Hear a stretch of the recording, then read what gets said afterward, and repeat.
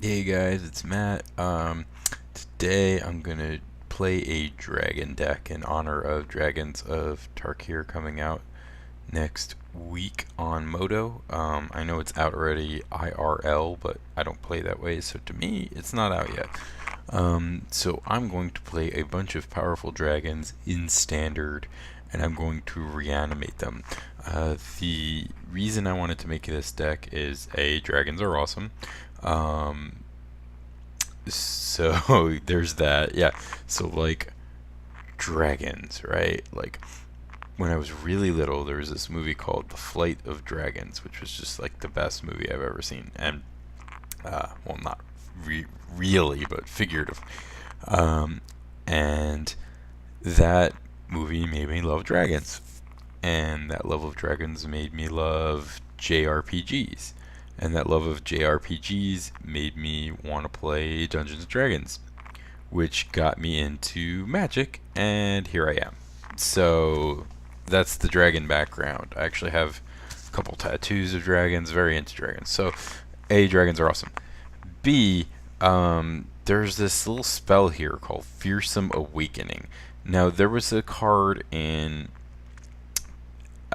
Avicen's Restored called Death Defied or something like that, where it reanimated an angel or reanimated a creature, but if you cast it on an angel, it got 2 counters.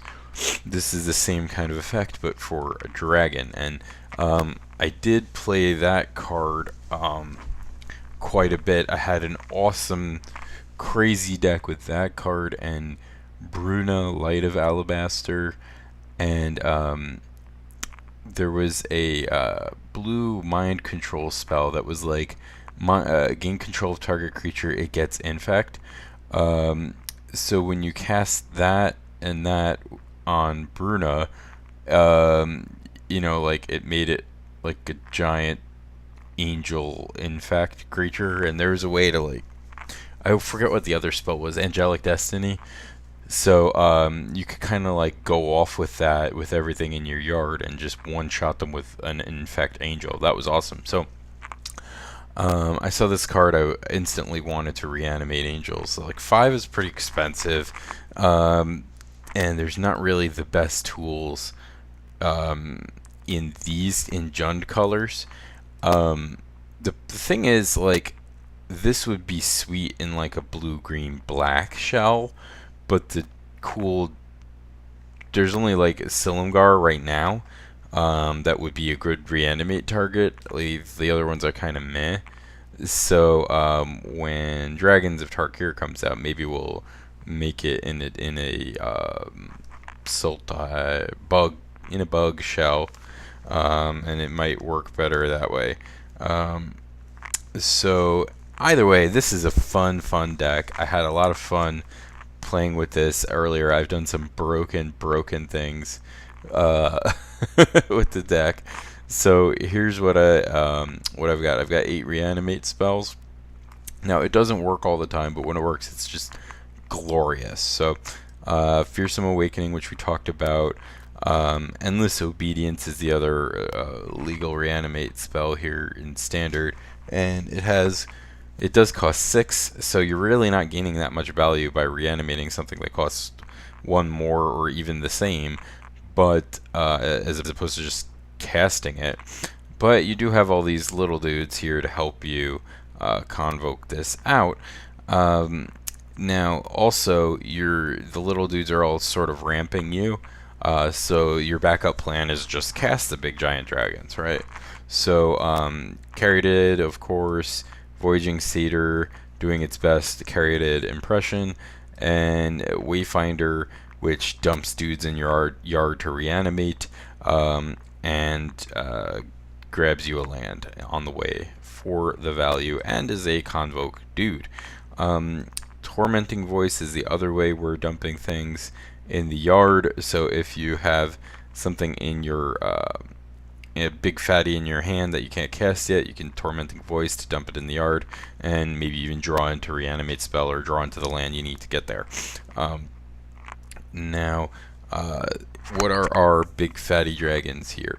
So, of course, start at the top, Atarka. I mean, I don't know why people don't like this card. I mean, yeah, it should have more than 4 toughness. Like this, there's no reason this couldn't have been a 6/6, right? Still, it wouldn't have like dominated. It wouldn't have made such a huge difference in its constructed playability. You know, like where it would be a tier 1 card, but I think that would have been better. Like, I don't understand why the dragons are so small here in the Land of Dragons. It's like, the dragons should have bigger butt than 4. Like, some dumb alpine grizzly can take out World Render, right? That doesn't make sense. Flavor, fail. Anyway, awesome card though, right? Like, this just makes you want to smash things. This is Gruul Smash. If Borborygmos was a dragon, it would be a Tarka. And it would be like saying, smash, okay, and all your dragons, smash. So double strike, this attacks for 12 on its own. If we Fearsome Awakening it, it's attacking for 16 on its own. If we somehow have Colohan, or Culligan, or I don't know what you want to call this guy, Colohan, I'm going to call him, out with a Tarka at the same time, then that's beyond lethal.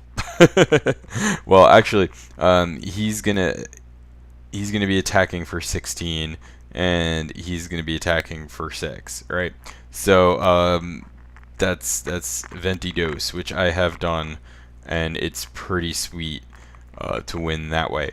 Also, like, so if you reanimate this guy and you get to untap, and then you can dash him, and still gets all the triggers and still does 22 damage. So I actually killed someone on turn 6 with this deck, which is not terribly slow for standard, right? It's reasonable. What are our other fatties? Siege Dragon, which I wish they had made this say destroy all creatures with Defender, because then you'd be blowing up Sylvan Caryatids, and that would be fun as hell. Because, you know, nobody plays any actual walls, but if it was creatures with Defender, there are some that get played. So that would be more fun. But if you get to attack with this, you Pyroclasm your opponent, which is always good, and it's got 5 toughness, which is nice. That seemed to be a key thing. So for for a while, I didn't have this guy, but this guy's awesome. If you, again, it's another one where if you get to untap and attack with it, you're gonna get pretty far ahead. You can like blow up a whole bunch of opponents' creatures, and you're swinging with a giant dude. Problem I had with this guy was that he has 4 toughness. Again, I don't know why dragons are such wusses lately, but there were too many creatures that could attack into it and whatever. So for a while I was playing the original Fatty Boom Boom Dragon with the original art for style points in Shivan Dragon, which is great, and this wins games too because fire breathing is just good, 5/5 flying is just good. It's amazing how much creatures have changed over the years where this isn't like even remotely like considered playable, but it's great. What the hell is wrong with it? It's such value. 6 mana for a 5/5 with flying, with fire breathing on it already. That's value. It's a great card.